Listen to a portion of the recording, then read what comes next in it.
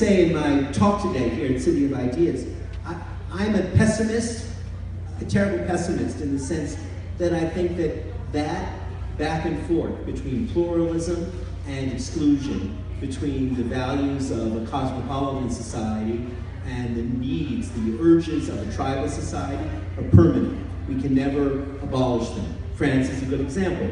This is a society that's made, in truth, from many different ethnic kinds. You know, you asked me a moment ago about, or someone asked me about Jews in America. Well, the truth is that the Jews in France have often assimilated very successfully. There are more Jewish presidential candidates in France than there are in the United States.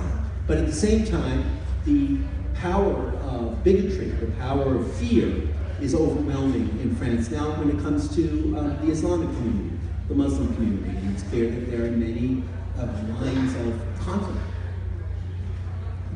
Every generation has to refight the basic battle for the open society. And every generation will fight that battle. And our illusion is to think that it is ever over. Because what history teaches us again and again is that it is never over. And as I was trying to say today, the nice, fatuous, agreeable thing to say is, oh, we can combine the values of pluralism and republicanism with the values of particularism, of identity. I don't believe we can.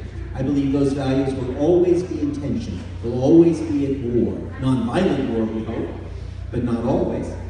And that every generation has to rededicate itself, to my mind, to the values of liberal pluralism. We can never consider that a settled achievement, because it is never settled. I was saying that, you know, in Germany in the 1930s, there were only 2% of the population was actually Jewish. So it wasn't that people had prejudices against Jews, it's that the Jews were the people they could decide to be prejudiced about. And I think the same thing is true about Mexicans in the United States. It's not that people have experience of the Mexican community and are prejudiced, it's the people who don't have any experience, who need an imaginary other to fear, who choose to fear their fantasy of what the Mexican community is, exactly the way bigotry has always worked.